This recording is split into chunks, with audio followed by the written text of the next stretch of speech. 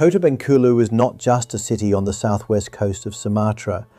It is a forgotten masterpiece of Indonesia, a land where history still breathes through ancient walls, where the ocean crashes against stories of resistance, exile, sacrifice, and pride, where culture refuses to disappear, and where nature still feels untouched by the chaos of the modern world. Most people only pass through Bengkulu without realizing what truly stands before them.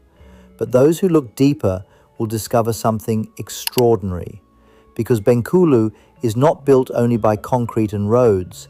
It is built by memory, by struggle, by tradition, and by the spirit of people who refuse to be erased from history. This city carries the weight of centuries. Long before modern Indonesia existed, Bengkulu became one of the most strategic regions on Sumatra's western coast. Traders crossed dangerous seas to reach this land. Colonial powers fought to control it. Empires saw its value. Revolutions were shaped here. And even today, Bengkulu still holds stories powerful enough to move the soul of anyone who hears them. One of the greatest symbols of that history is the legendary Fort Marlborough. Standing proudly near the coastline, this massive British fortress was built in the early 18th century by the British East India Company. It is one of the strongest and largest British fortresses ever built in Southeast Asia. Thick stone walls, underground tunnels, iron cannons, and towering gates still stand today as silent witnesses to centuries of conflict and colonial ambition. But Fort Marlborough is more than just an old building.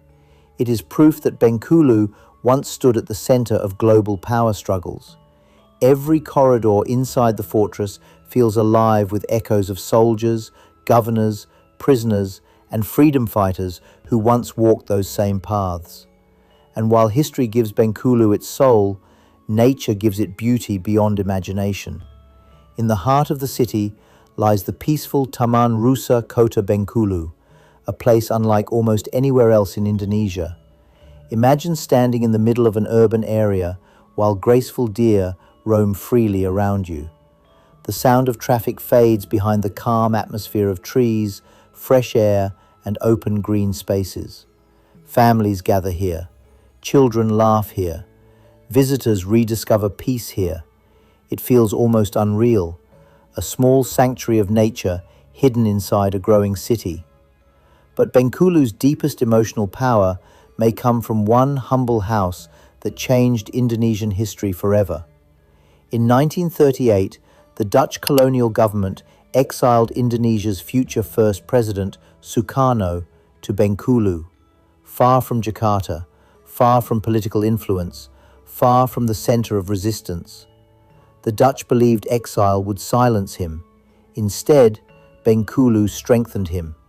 Today, the historic Rumah Penggasingan Bung Karno still stands as one of the most emotional landmarks in the country.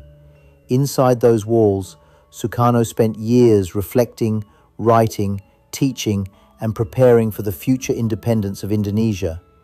This was not just a temporary residence, it became part of the foundation of a nation. And it was in Bengkulu where Sukarno met Fatmawati, the woman who would later sew the first Indonesian flag raised during independence in 1945. Think about that for a moment. One city quietly connected two of the most important figures in Indonesian history. One city helped shape the birth of a nation. But Bengkulu is not trapped in the past. Its culture still burns brightly today through one of the most spectacular traditions in Indonesia, the legendary festival Tabot. Every year, the streets explode with color, music, rhythm, prayer, and emotion. Giant ceremonial structures rise into the sky. Traditional drums thunder through the night.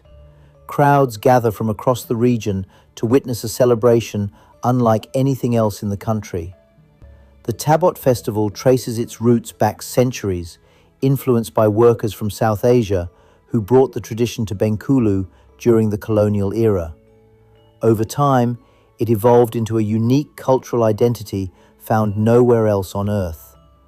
This is not just a festival, it is living heritage, a bridge between generations, a declaration that culture can survive anything. And Bengkulu still has more secrets to reveal. This city is also home to stunning beaches where sunsets paint the sky in gold and crimson. Long stretches of coastline meet the powerful Indian Ocean with a raw beauty that feels untouched by mass tourism. The waves roar endlessly, as if reminding the world that Bengkulu will never lose its wild spirit.